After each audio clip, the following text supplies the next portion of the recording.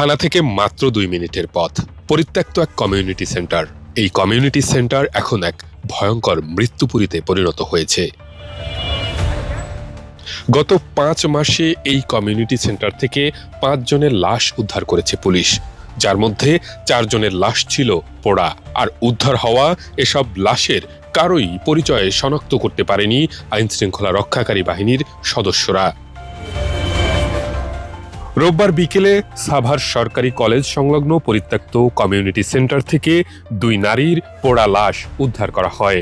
এ ঘটনায় গ্রেপ্তার করা হয় সম্রাট হোসেন ওরফে কিং খান নামের একজনকে। পুলিশের পরিসংখ্যান মতে গত বছরের 29 আগস্ট রাতে এই স্থান থেকে হাত পা বাঁধা অবস্থায় অজ্ঞাত এক যুবকের মরদেহ উদ্ধার হয়। এর 1 মাস পর 11 অক্টোবর রাতে আবারও এক অর্ধনগ্ন নারীর মরদেহ উদ্ধার করে পুলিশ।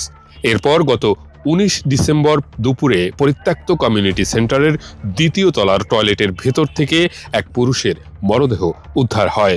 সবশেষ রবিবার শিশুসহ 2 জন অজ্ঞাতনামা ব্যক্তির মরদেহ উদ্ধার হয়। গত 5 মাসে উদ্ধার হওয়া 5টি লাশের মধ্যে 4টি ছিল পোড়া। এখন পর্যন্ত এদের কারোই পরিচয় শনাক্ত করতে পারেনি পুলিশ। প্রতিনিয়ত একই ভবনের 2য় তলায় হত্যার ঘটনায় রীতিমতো আতঙ্কিত শিক্ষার্থী ও আশপাশের বাসিন্দারা। এক্সট্রিম মশার কয়েল প্ল্যান্ট ফাইবার দিয়ে তৈরি, ডেঙ্গু চিকুনগুনিয়া বাহি সহ যে কোনো মশার বিরুদ্ধে দেয় এক্সট্রিম সুরক্ষা। যেহেতু আমরা সাধারণ শিক্ষার্থী, এখন আমরাই হুমকির মুখে, যেহেতু 5-5টা ঘটনা এখানে ঘটলো। এখন বিগত দিনে যে ঘটনা ঘটছে, এখানে যদি আইনে কোনো পদক্ষেপ কি নিছে কি না নিছে সেটা তাদের একান্ত ব্যক্তিগত ব্যাপার। দিনে দুপুরে এই সাভারের মতো একটা প্রপার জায়গা এবং আশেপাশে এই পাশে হচ্ছে থানা, ডান পাশে থানা, বাম পাশে সাভার কলেজ এবং সামনে হচ্ছে আর্মি ক্যাম্প। তো এত নিরাপত্তার মাঝেও দিনে দুপুরে একটা সরকারি একটা ভবনে যে এইভাবে একটা মানুষকে জ্বালিয়ে দেওয়া হয়েছে, এটা রাষ্ট্রের চরম ব্যর্থতা বলে আমি মনে করছি। একের পর এক হত্যার ঘটনা ঘটলেও প্রশাসন এ ব্যাপারে কোনো পদক্ষেপ নিচ্ছে না। এমনকি আইন শৃঙ্খলা রক্ষাকারী বাহিনীর সদস্যরাও এক প্রকার উদাসীন, এমন অভিযোগ স্থানীয়দের। এখানে একটা রোড, আমাদের বড় বড় প্রশাসনরা আছে, তারপর আর ডরায় না যারা এই খুনগুলা করে। এখানে আমাদের আর্মি ভাইরা থাকে থানার সামনে, তারপরে তো মানুষ ডরাইতেছে না, তাহলে আমাদের কোনো নিরাপত্তা নাই তো। কারণ একের পর এক তো মানুষ মরতেছে এখানে। এই অবস্থা হলে দেশ চলবে কেমনি? এখন কারো যে করতেছে এটা তো আমরা বুঝতেছি না, আপনারা বুঝতেছেন না। এখন তো কাম সেরে সে চলে আসে, এখন কেউ এটা তো আমরা বলতে পারবো না। আমরা 2টা পুরা মৃতদেহ আমরা এখানে পাইছি, পর্যাপ্ত আলামত সংগ্রহ করছি। এখন আমরা আলামত সংগ্রহ করে থানা অফিসারকে বুঝাই দিয়েছি, এখন থানা অফিসার পরবর্তীতে ব্যবস্থা নেবেন।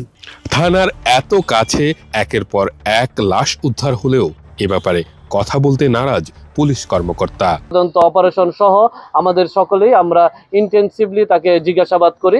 জিজ্ঞাসাবাদের এক পর্যায়ে এসে আমাদের কাছে প্রাথমিকভাবে স্বীকার করে যে না, এই 6টি ঘটনার সাথেই সম্রাট মশিউর রহমান খান ওরফে সম্রাট নিজে এটার সাথে জড়িত আছে বলে আমাদের কাছে প্রাথমিকভাবে সে স্বীকার করে। আমরা তাকে ইতিমধ্যে বিজ্ঞ আদালতে আমরা প্রেরণ করেছি। আমরা প্রায় 10 দিনের রিমান্ড চেয়েছি। যদি এই ঘটনায় ওনার সাথে অন্য কেউ জড়িত আছে কিনা বা এই ধরনের এই ঘটনার সাথে কোনো উদ্দেশ্য আছে কিনা, এই বিষয়গুলো যদি আমরা আদালত আমাদের কাছে আমাদের রিমান্ড মঞ্জুর করে, তাহলে পরবর্তীতে হয়তো আপনাদের সাথে ফলো আপে আপনাদের বিস্তারিত জানানো যাবে। ঘটনাস্থল থেকে কোনো আলামত পেয়েছেন?